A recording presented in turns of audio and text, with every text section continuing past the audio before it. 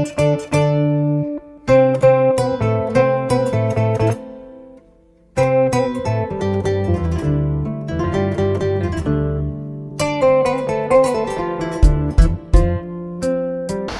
viewers, welcome to this edition of our expansive interview. Today we have Mr. Ebrima Manneh, an economist who recently declared his intention to enter politics and lead the country. He is the son of the former Lower Nyomi chief, Alagie Manneh of blessed memory. Before we jump into the interview proper, I'll allow our guest to, do a formal introduction of himself. Mr. Manneh, you are welcome to the Standards Bantaba. Yes, greetings my brother, and greetings to all the viewers as well. My name is Ebrima Manneh. I was born in a small village in the Lower Nyomi district of the North Bank region called Bunyadu. I was born there, and then after we relocated to Esau and eventually Bara. So I was raised within that environment between Bara and Esau. I attended Esau Primary School. From there I moved to Banjul. I went to Muslim High School, graduated in 1988. Then I was in the Gambia for a few years. Then I moved to the US in 1990, where I went to the borough of Manhattan Community College. In fact, I am an accountant by profession. I do accounting and finance. So I did that in the borough of Manhattan Community College. Then I moved to the State University of New York. That's all in New York, in Geneseo, where I completed my bachelor's in accounting and finance. Then I did some courses in real estate and due diligence. So I came back to the Gambia in 2003. That's after being in the US for 13 years. Back in the Gambia, I worked as an auditor. I do business. I work for a company as a financial controller. I do my own business. I am also a farmer. Just in a nutshell, that's a quick summary about me. Interesting. Yes. Mr. Manneh, you are the son of a very famous chief, Alagie Manneh. Obviously, everybody who is anybody in the Gambia knows who or knew Manneh. Can you tell us what were some of the lessons you learned from him? It's actually interesting being around him. He was quite a motivator to me. He was quite inspirational. He was a mentor, someone that I look up to. I remembered my first lesson of reading the Quran. He taught me through. He taught me the values that are instilled in me now. I mean, to be honest, to be hardworking, to have good moral characters. I mean, to be disciplined. And there are two lessons that really stayed with me up to date. One is that sometimes he will call us in a group, that is either family or friends, or when we're in the shop or in the farm, and he would say in the local language, I mean, if somebody wants to live a fulfilled life, what makes your life easy? I mean, and we'll be scratching our heads and thinking, you have to do this and that. He'll say, no, it's very simple. Just be honest. He said honesty, and then I said, yes. He's not been to an English school. And, whilst we were going to school, we had that honesty is the best policy. And then I said to myself, wow, look at this guy. Never been to an English school. He cannot read or write English. So those are, I think those are principles that are universally, accepted by most people. But those are qualities that sometimes people develop over time, and they experienced it. So he's taught me that honesty is really important in one's life. I also recalled vividly, these were during the last months of his life, before he passed away. One time we were just discussing, and he said, oh, Manneh, I want to give you one advice. Whenever you have a decision to make, whenever you have to take an action, whenever you want to do something, think as if though tomorrow you will go and answer, to your Creator. Despite meaning you're going to die. Exactly. So whatever decision that you're going to make, you'll make sure that it's sincere, it is honest. You will be truthful to yourself. You won't do anything that you will be judged for wrongly in the afterlife. Despite his well-known generosity, he was accused by many of his detractors or critics of being corrupt and as well as monopolizing the many lands of Nyomi. Yes. Are you proud of his legacy? I can tell you, I am very, very proud of his legacy, and that has absolutely, I wouldn't say zero to do with my relationship with him. Yes, he's my father, but I know that he is a very good father. He is a responsible father. He is an educator, and he was a businessman. And if you ask anyone who knows about him, they would tell you that he is one person who keeps his words. If he gives you a promise and tell you that come and see me tomorrow in the morning, I'm supposed to do this and that, you can go to sleep without thinking. He would fulfill his promise. He always keeps to his words. And he's the most hardworking person that I have ever encountered. The time that I've spent with him, I know that by 5 o'clock usually in the morning, he's up, praying, reading the Quran, and he would start work from around 7 o'clock in the morning until 11 o'clock at night. So he made his money honestly. He earned his living fairly. Not a single person has ever said that he made his money, by cheating anyone. So he did business. He was a farmer. So he lawfully and gainfully made his money. Now, when you come to acquiring land, yes, he acquired a lot of lands. And those were lands that were offered to him to buy. He never went to any person and said, oh, I want to buy your land. These are properties that were, offered to him, and he paid a price that the seller was willing to accept, and he bought them. And for him, he thought it was patriotic. To be in your country and be successful in your country. And when there's a land to buy, I think it's right for any citizen, any patriotic citizen, to make sure that at least they have a stake in their country, in the country's economy. So in a nutshell, he was hardworking, he was honest. I am yet to, over my life, I am yet to hear anyone who would say that I've done a business with him and he cheated me. I haven't heard of any person who has ever sold a land to him and said he acquired my land illegally. In fact, you know what he's done? The amount of land that he's given to people for free, I can tell you, and it's, usually I don't want to say certain things in public, but I can tell you it's more than 40 that I have known of. And the number of people who stayed in his properties rent-free for more than 20 years is more than 20 properties. And I had an experience when he passed away. The first year, I went to collect rent from some of the tenants. And one tenant told me, he called his family, some of the kids were about 20 years old, and he told me, you there came to me and asked me for rent. He told me, he said, look at my kids. These people were born here and they're now more than 20 years old. And your father has never asked us for rent. So we've been living here for more than 20 years, rent-free. So I think some people who would make that statement, some of them it's, I would say is out of maybe ignorance.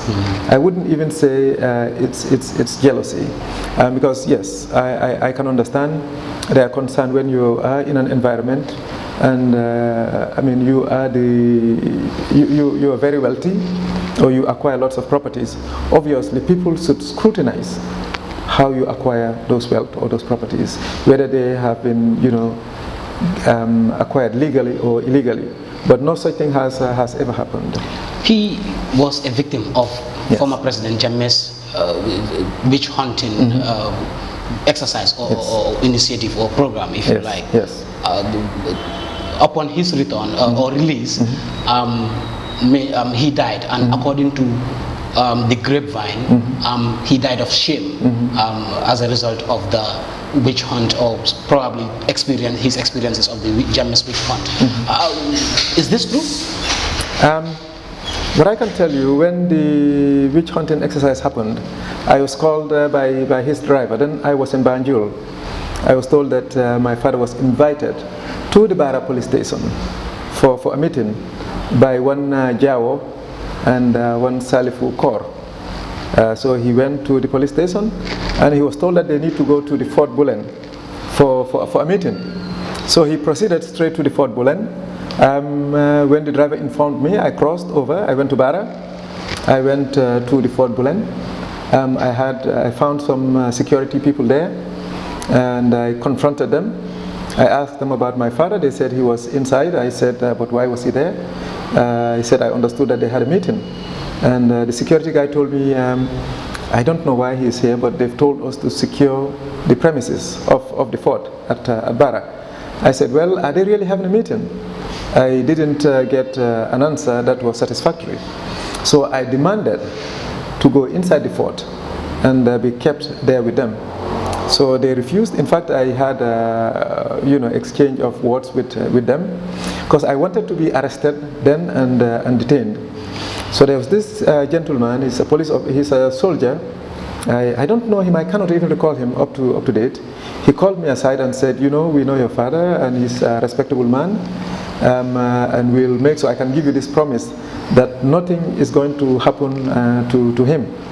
So he said, we're here and we've been stationed here for hours. We don't have food and we don't have any water. He was able to prevail on me. To calm me down until I was able to reason with him and said, okay, I will go and start on the side and wait to see what will happen. But I went to our house. I got some food from the house and some fruits for my dad. I gave some food to the soldiers and the fruits for my father. Then I went back. I was waiting. After I saw the witch hunters coming from, I think, SON to the fort. So when they passed, a few minutes later, I saw my father in a police vehicle. But I know the people who were there. They told me that they have not seen any person who has so much faith, who has so much trust in Allah like he does. Because when he came out, I was really furious. I was really angry. I just wish I can do something. And he prevailed on me again and said, whatever happened in life, you have to accept it as destiny. He was accused of being a witch at the time.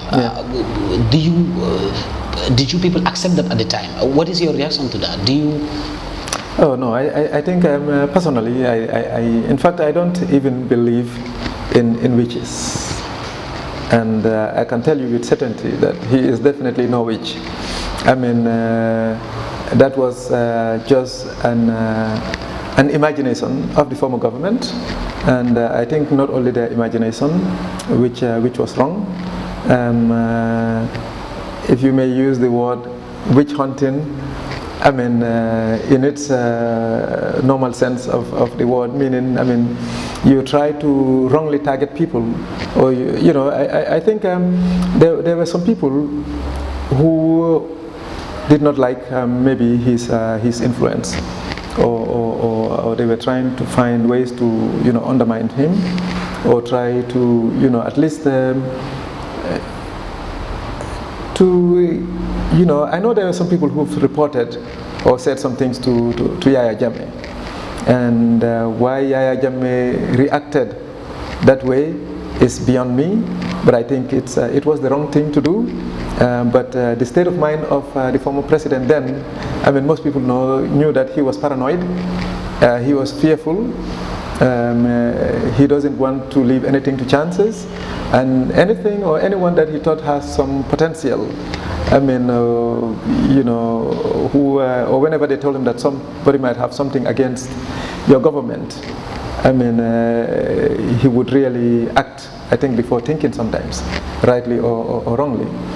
Usually they would say that he would react on false call of information. So when he was told something, he would react, before thinking wisely. But I think he was targeted. He was targeted wrongly. He was a part of the APRC. He was the chief for some 11 years. In 2008, he was relieved of his chieftaincy. And I thank Allah when that happened. And I've told him, and even before that, several times I've told him that, you know what, go and take retirement from this position. I think you can do better things than being a chief. Who is responsible for your father's death, in your opinion? In my opinion, I would say it was his time. His time was up. I believe, I am a Muslim, and I believe in God. Yes, sometimes people can do things that may shame someone, and because of that maybe it can coincide with, and coincidentally one can call it a cause of their death. But I think his time was up. Either way, whether he went through that experience or not, he would have died at that time. I think the mistake that the former president made, or the former government made, was to really wrong people who were definitely innocent, and he wasn't the only one. Because I happened to discuss with some people. I knew this Serere lady, old woman. I met her. When my father was released a few weeks later. He was taken to Banjul. I knew they drank some concoctions, and they had a very wild experience there. My father was lucky. He was one of the lucky ones that he never came up to Banjul. So he went to Fort Bolen. He was detained there for a number of hours, and he was released. But there are some people who had very bitter experiences. And this lady spoke to me. She was Serer, and she told me, between Serers and Jolas, and she was crying. She said, I swear to you that something really serious will happen to Yaya Jammeh. But I think Yaya ultimately will pay the price for it, or has paid the price for it, because I cannot, in life, you cannot do wrong. You cannot do wrong. You cannot wrong people and feel right. And all those people who were involved, I think the right thing they could have done is come out, face the people, apologize sincerely that they've wronged a lot of people, whatever the situation was or the condition that forced them to do that. This would have been a learning lesson for them to say, yes, we've done a lot of wrongs.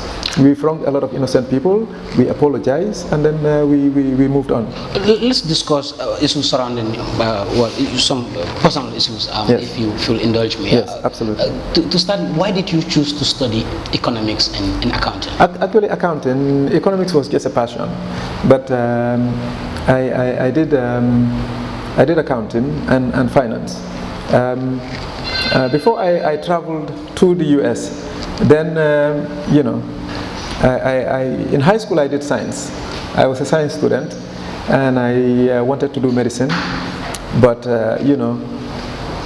for some reason I don't like the idea of blood. So I said, okay, I'll do something else, and business came to mind. I remembered Hamad Kebe's brother, Salif Drami.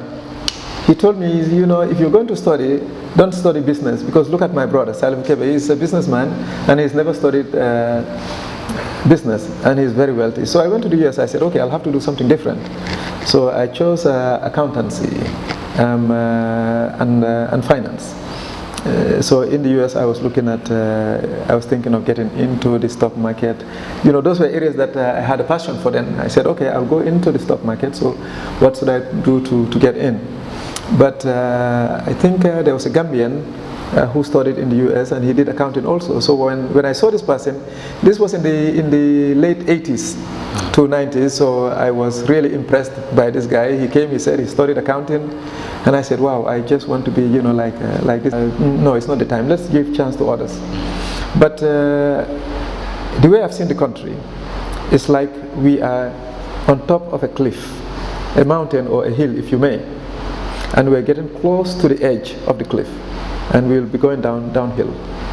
I said, we have to make a stop to the way our country is being governed. Otherwise, we are failing, and if serious and radical changes are not done, then the Gambia will be a failed country. Let's talk about your party just a bit. That is the Progressive Alliance Party. Yes. The Independent Electoral Commission, IEC, rejected the registration of your party, citing a number of irregularities. Can you put some clarity on that? But, when I went to the IEC, this was in April of this year, 2021. We engaged the IEC. We told them of our interest to join politics. So they told us to write to them. We wrote. They replied. They gave us a package. This was before around the first week of April. So they advised us to get the party's constitution, the manifesto, the logo, the emblem, and the color, and to collect 10,000 voters. The numbers is a form of nomination, with 1,000 from each region. We have 7 regions in the Gambia, so 1,000 from each region is 7,000, and the difference of 3,000 can be made up from any of the regions. So, and the fee of $1 million. So we went ahead. This was, mind you, this was in April. I mean, before we went ahead, we did everything that needed to be done. We collected the 10,000 signatures as well. We delivered all the documents to them in June. Now, when we delivered the documents to them, a few days later they wrote to me and said that yes, they've received everything, but in the letter they said the 10,000 signatures that we delivered, I mean, those are part of the old voters which are null and void now, meaning they've sort of expired, if you may, and now we have to go ahead and collect the new voter cards. The new 10,000. I mean, I was really shocked, but not surprised. I was shocked, but not surprised. Why did you say that? I wasn't surprised because, you know, for some reason, it's an intuition. You know, it's like something tells me, you have a sixth sense that tells you that something is not right. And I had a conversation with someone, and because of that conversation, you know, it wasn't encouraging. Yes, it wasn't really encouraging. Because I would think if you go to a place and you needed something and it's a part of a government body, I mean, they should encourage you. But when they try to discourage you, it tells you a lot. Because if I come to you, I said I wanted to register a party. Did they try to talk you out of your candidature? Candidacy? Or I want to wait for the right time and see what will happen. Did they try that? Well, you know, some people try to tell me that it might be late to get what we need to get. You know, it was, mind you, this was in April, and to collect the 10,000 voters, I came to understand that it took some people, I mean, a year. It took some people 2 years. I mean, there are some parties that it took, I knew somebody, it took them 3 years and 6 months or 7 months. Some people even give up. So in April, so if you think it's going to take a year, I mean, then if it's in April, then it would be next year, maybe around April. So then the elections would have been held. This might have been a sincere advice. But I think the right and best thing that could have been done is to say, okay, young man, this is what you wanted to do. We're all Gambians, you're encouraged, and we'll give you all the support that we needed. But you know, when that was submitted, I was advised to go and collect the new voter cards. I was disappointed. I didn't want to agree. I complained, but I said we're law-abiding citizens. So I went ahead again. They said to go and collect the new voter cards. So we went back and collected the new voter cards. They requested for 10,000. We received. We had about 12,700. So those were submitted last week on Monday. So now we're waiting the IEC. We're hopeful that very soon they will make the announcement. Sir, you have done well for yourself.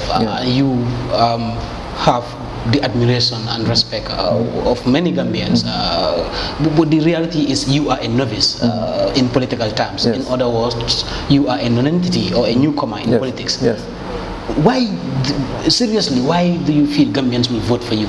No, you know, in a nutshell, I would say honesty, I would say integrity, I would say love of country. If I have it my way, the Gambia will be the best country in the world. I am not a politician. I've always told people that I'm not a politician. I love this country. I wish the best for this country. And if Gambians would hear our manifesto, if they should know what we want to do as a government, the changes that we want to bring in the country, I think we will, really it's not about bragging, but I think our party is the best party for the country's problems, because there has to be radical changes in this country, and those changes must be done by someone who has a very good foresight, who is very honest, who is very patriotic, who is ready and willing to empower Gambians and to make this country the best country in the world. But just to summarize, there are three things that must happen in this country for the Gambia to develop, and otherwise, like I said, we failed. That is, one, our government. We must own our government.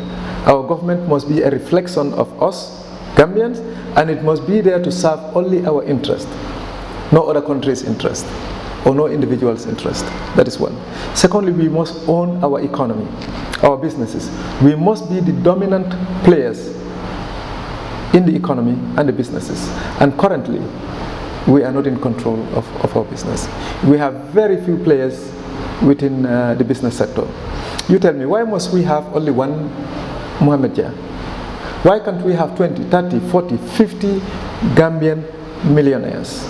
And part of our agenda is that when we come in, we will work with Gambians, those who are honest, industrious, serious, and patriotic.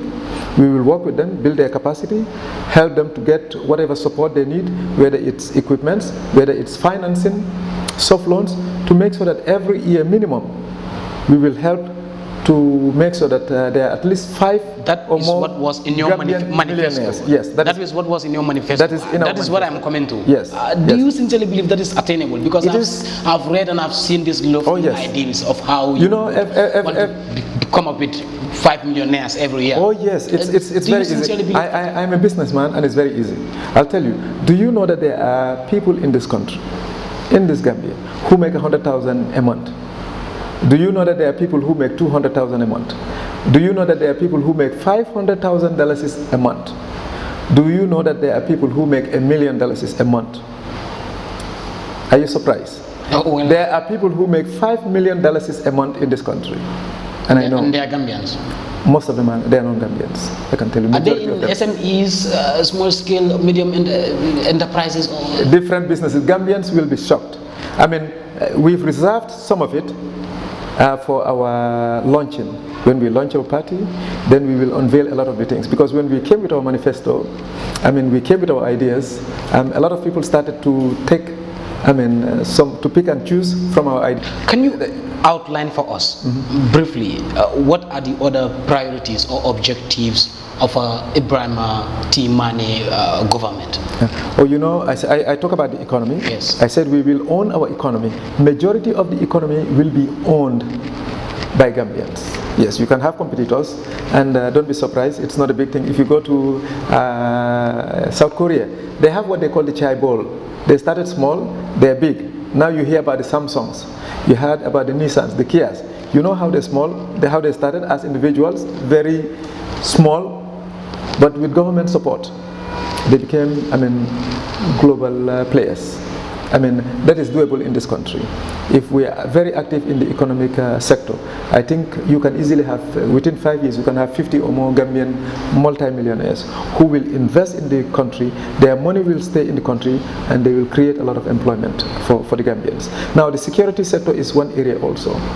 Gambia has to be secured by Gambians. There is nothing around that. Yes, we need people to come in when aid was needed. But any country that has to take pride of itself must be secured by its own citizens. I think reforming the security sector is long overdue. From our state house to our government, to our country, to our seaport, our airport, our country has to be secured by Gambians.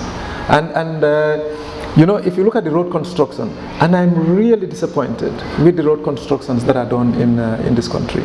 To build roads, all it takes is gravel. We have ample of that in the Gambia. Sand, we have plenty of that in the Gambia. Water, we have plenty of that In the Gambia, I mean, you need cement and you need young able-bodied men. We have all of those in the Gambia. In fact, 90% of everything that you need to build roads is in the Gambia. I mean, if you need machinery, you can import them. You can bring them. So why do we have to outsource building roads for this country? And we had independence since 1965. If we have our way, if we have to build roads, I'll give you an example. Like in Banjul, the road project, they said it's about 35, 36, now to $37 million. That's about $2 billion. $2,000 million. If it was our way of building roads, we would have bought the machineries, the equipments that are needed to build the roads. I mean, you could have spent like 200 million on the machineries. You bring them here, you get the gravels in the Gambia, the water in the Gambia, the sand in the Gambia. I mean, the cement and the roads you can get easily, and the bitumen, you can get them easily. The workforce, the young people will work, you pay them 15,000, 20,000 a month. And by the time the engineers, the technicians you will need, most of them we can have in the Gambia. If you need somebody who is a specialist, you can have 1, 2, 3, less than half a dozen specialists.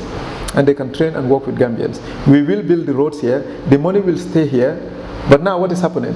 I mean, with a fraction, a quarter of what has been spent in Banjul, we could have spent in Banjul and do a better job, and the money will stay in the country. And the difference, you could have invested elsewhere. And part of our plans is also to decentralize growth, meaning in every region, minimum every year, we will invest at least $100 million every year. Each region, we have 7 regions. You are going to need massive capital to do all these things that you want to do. Where are you going to get the funds from? Capital is my business. That is what I do. And I like that. I love that. It's easy. You know, if you look at the Gambia's budget, it's very, very easy. I mean, I think sometimes our people are sleeping because you travel to the West or wherever you get your education, you learn. What you learn in theory may not always apply or may not be favorable to us because we said this liberal economic system. I tell you why we have failed, because our economy, I mean, we said we have a liberal economy. In the US and Europe and everywhere they said that's what we need to do. And you know what's happening in China and what is happening in Europe and America? They protect their industries. You know that Chinese company is called Huawei, telecom company. They want to invest in the US and they're crying foul everywhere. They're saying for security reasons. It has nothing to do with security and it has everything to do with protection. The Americans are protecting their industry. The Chinese are protecting their industry. For Gambians, we are open, I mean, to anyone who comes in. And you cannot have a Gambian investor or businessman compete with somebody who comes from, I mean, the West with or China with $100,000 or $200,000. If somebody comes with $200,000, that is nothing. 300, 500,000. You're talking about 10, 15, 20, $25 million. When the average Gambian businessman can hardly raise $2 million.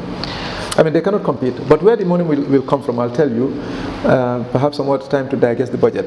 The Gambia, the nation's budget, is about 25 billion with a B, dollars. That is $25,000 million. A little bit more, is going up a little bit high. Now, with that 25 million, I can tell you, there are so many loopholes, there's so much wastage, that 20% of that money could have been saved. I mean, that is what I do. You know, I am a financial controller, and every month, the amount of money that I control at my place of employment is more than $100 million.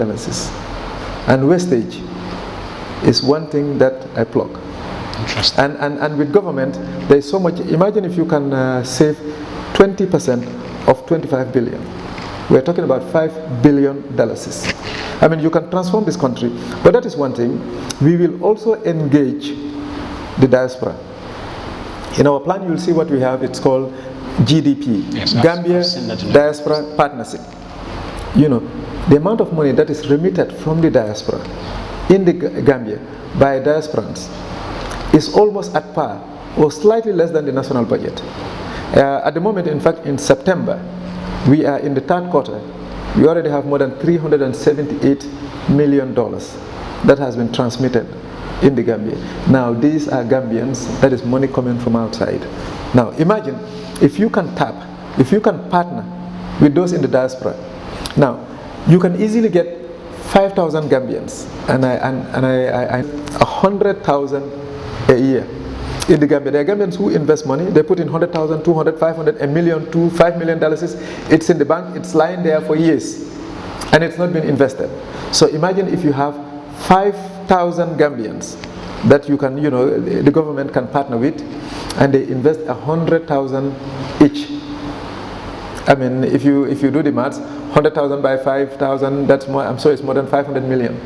It's about $500 million. $500 million a year. Now, with these people, they can open up banks. To open a bank, you need 200 and something million as a deposit. 210 million the last time I checked. Why can't we have banks that are owned by Gambians? Why can't we have telecoms that are owned by Gambians? Why can't we have petroleum industries that are owned by Gambians? Why can't we have manufacturing, light manufacturing in the Gambia? I used to tell people all the time, you can go to Turkey or India or China, there are equipments that you can buy, slightly more than 100,000, less than about $5 million you can buy the equipment, and you can process this tomato paste, the ketchup, the sachet that you have. We get our women gardeners. They work in the fields, they bring in their tomatoes, you buy, let's say, 10 of those equipments, create a mini factory, get Gambians working there, processing this tomato, so that we don't have to import tomato.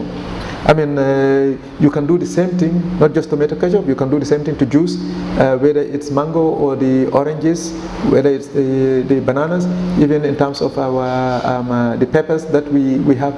There's so many things that can be done locally. Indeed. When you announced your intention to enter politics and lead the country, you gave a coruscating review of the President Barrow administration, saying after almost 5 years, the Gambia, no progress, and that the country was that we are sinking, basically.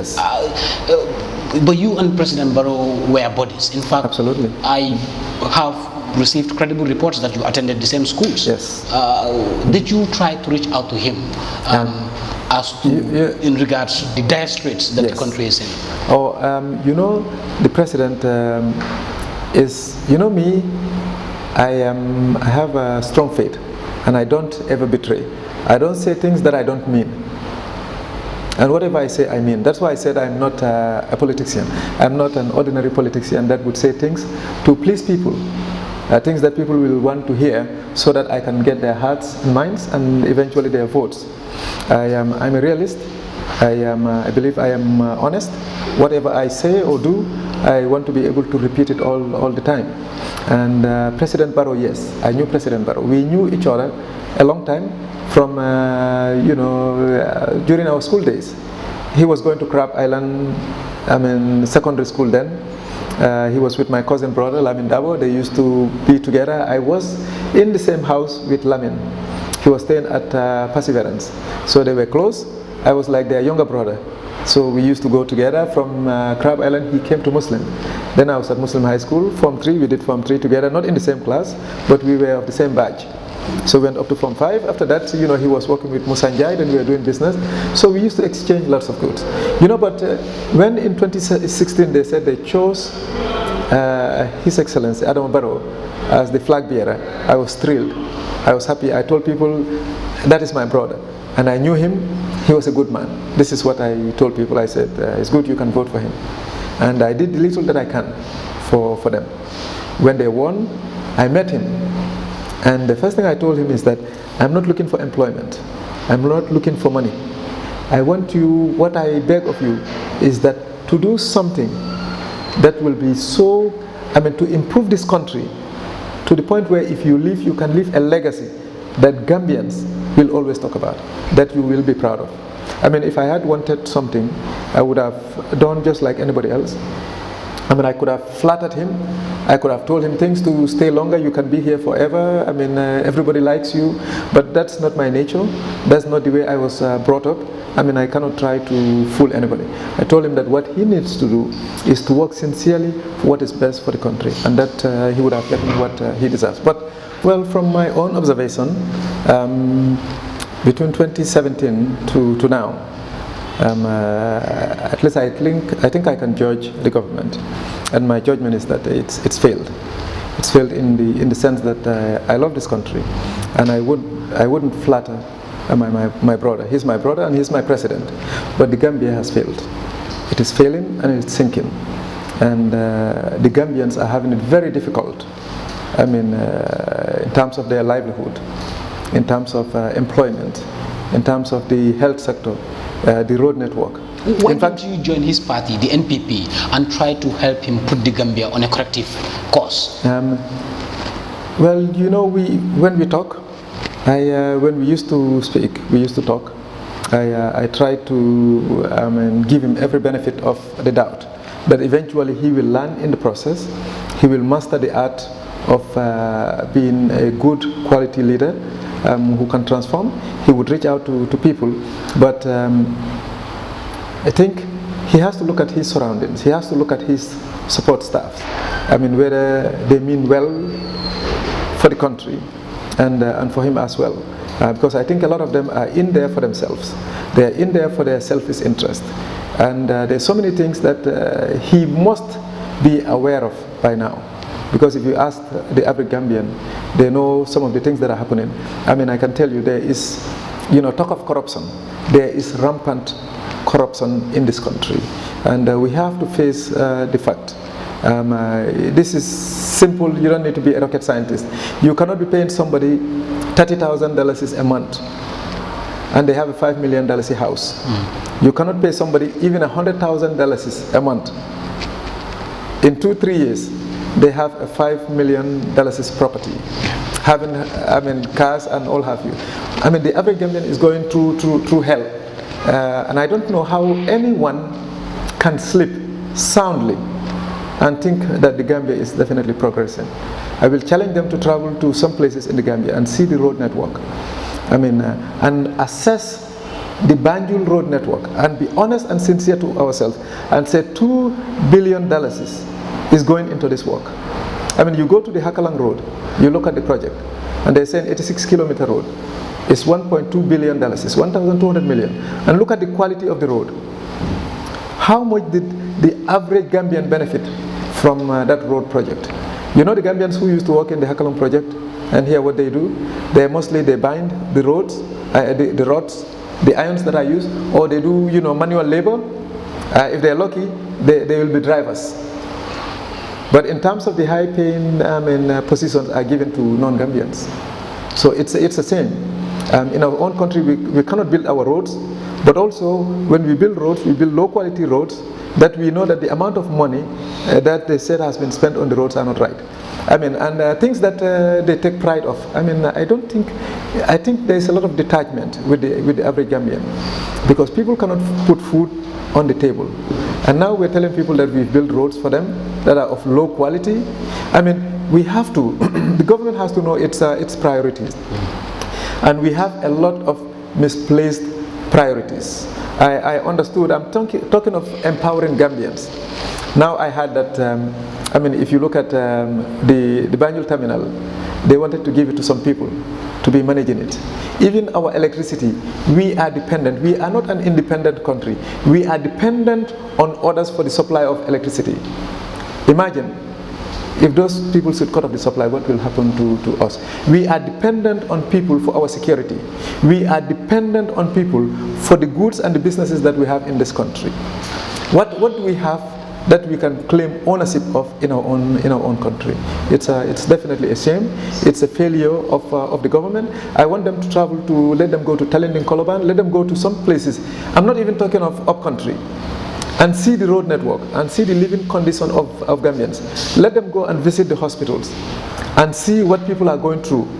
They don't even have drips in the hospital, not to talk of medications. So for me, I didn't have the chance. Eventually, I was trying to talk, and I was trying to talk only what was real and fact and what I knew.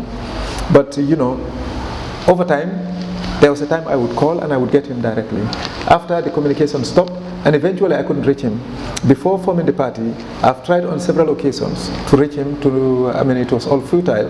So I said, no, then I don't need to really waste my time. I have respect for him as my brother. I have respect for him as a president, but this is about the Gambia.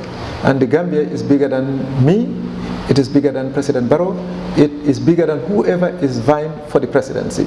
And whoever wants to come to the presidency, or even the president, I tell them, between him and his administration, they should be mindful of corruption and illegally acquiring wealth from people's money and mismanaging people's funds. And pile it, or keep it somewhere, and eventually it will benefit their offsprings. Let them think twice, because God is a fair God, and let them be very afraid of the wrath of the Gambian people. Honorable Ebrima Manneh, yes. Would you, under any circumstance, consider going into some sort of an alliance with any other political party, under any circumstance? I've been asked this question, and I cannot say no 100%, but at the moment we are going on our own, because the sort of changes that we want to happen in this country, it seems like a lot of the Gambian political people don't have the courage. They don't have the courage to stand up to those who really control the government, those who control the economy, and the setup of the security. And it will take radical changes, to really, because we don't want to slow, the failure of the country. Like I said before, it was going in a cliff, and eventually at the edge of the cliff will fall down. So, some people want to slow the pace of, the movement, and we don't want that. We want to stop that movement right away. We want to empower the Gambia and the Gambians. We want Gambians to take ownership of their country. We want the Gambia to be the best country in the world, and we want politicians who are really honest, who would not belittle Gambians, who would not look down to Gambians, who would not mortgage their country to any other country, whether it's Europe or China or America or what have you. This is all we have. The little resources we have in this country are our people, our land, and our sea. But and we are losing everything. But will you go into an alliance or any other? Yes, we will go into an alliance on condition that whoever we will have to ally with will have to accept most of our changes. And part of those changes will be to empower Gambians so that they take ownership of their government, take ownership of their economy, and take ownership of their security. Those are things that we will not compromise. And to empower Gambians, like we said, to make sure, if you look at the agriculture sector, what we said, we will provide tractors to farmers, which will be paid over a long period of time, say 10 years to 20 years. This is what is happening in developed countries. They provide subsidies to their farmers. Why we are buying vehicles for ministers and directors, 3 million, 4 million, 5 million, and we cannot buy a tractor for 100,000 for a farmer. If you look at the produce of groundnuts in the Gambia, some years ago it used to be about 140,000 tons. Now we can hardly produce 20,000 tons. Imagine from 140,000 tons to 20,000 tons. Honorable, we have almost come to the conclusion of this, what turned out to be a marathon interview, but I just want for you to indulge us with one final question, or perhaps a later observation. A former diplomat, Mamadou Lamin Sidat Job, has said that the proliferation of political parties in the Gambia is a threat to the stability and peace of the nation. As a leader of a political party, what do you say to that? Well, I think I will not agree with that fully, because we said we are a democracy. Anyone can set up their political party, so you cannot deny anyone from setting up their political party. Now, the question is, are we really sincere politicians? And I'm talking to myself and other political contestants. Are we really sincere to ourselves? Are we really coming in for the position of the presidency? Are we enticed by the fame? Are we in it for the money that we can make out of it? Are we really looking for positions?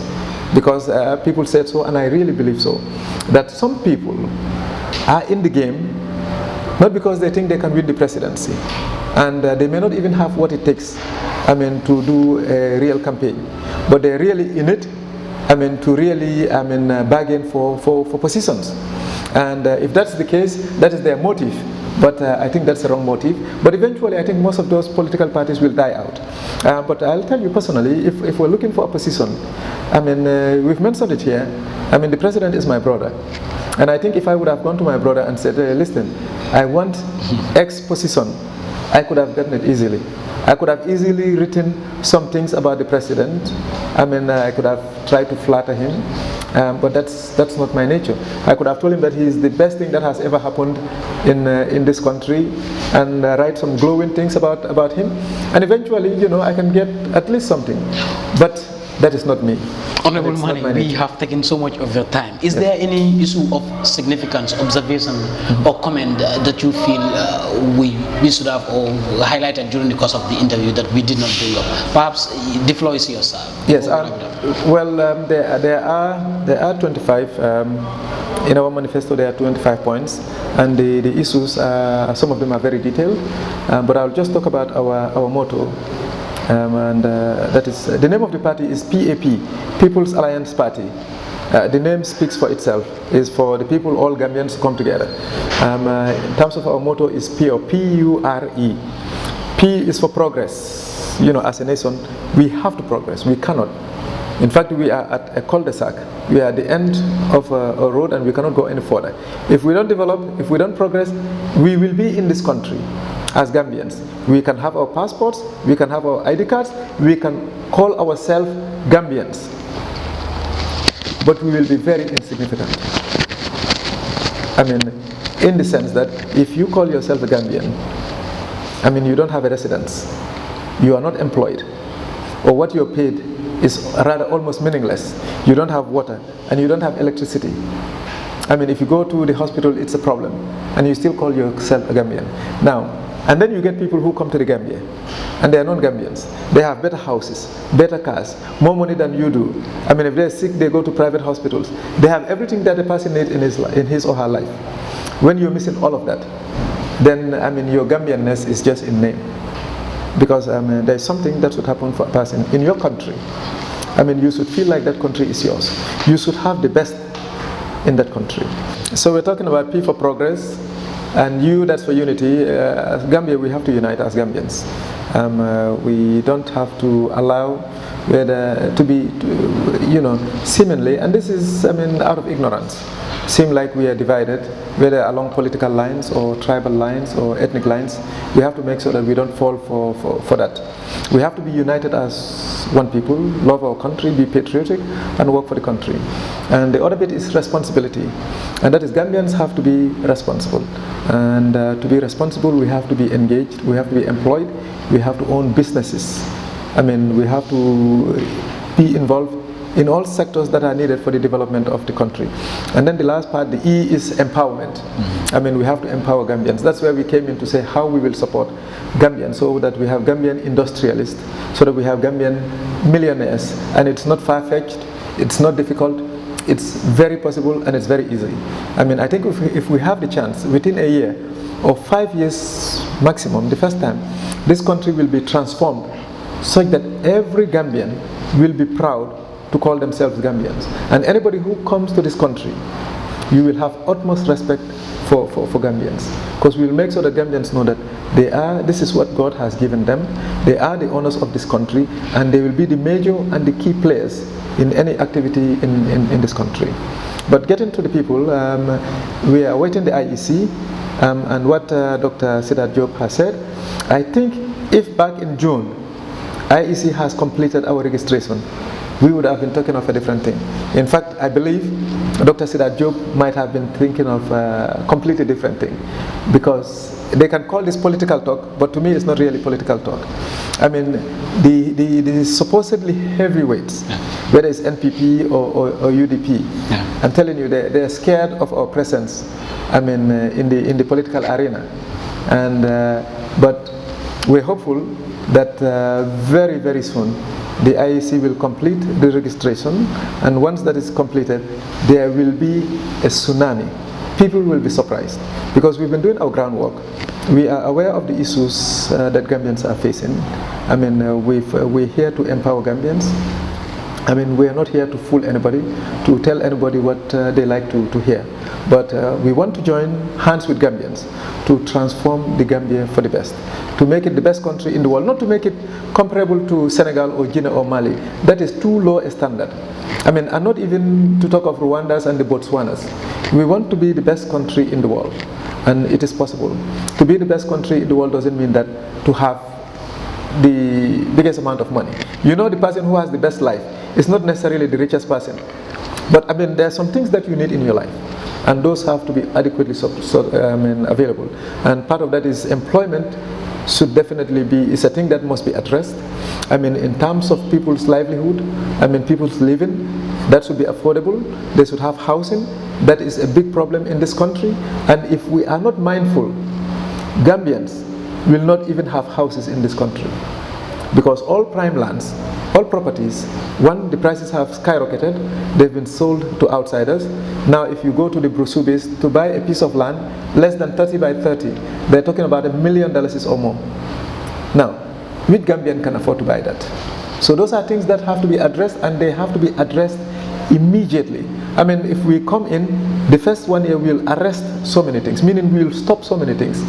I mean, there are some sectors that, I mean, we will definitely protect for Gambians, and we are not scared, we are not afraid, I mean, to face, I mean, the reality, to see that Gambians are empowered, that Gambians are serious, they take ownership of their country, and we develop this country together for our common good.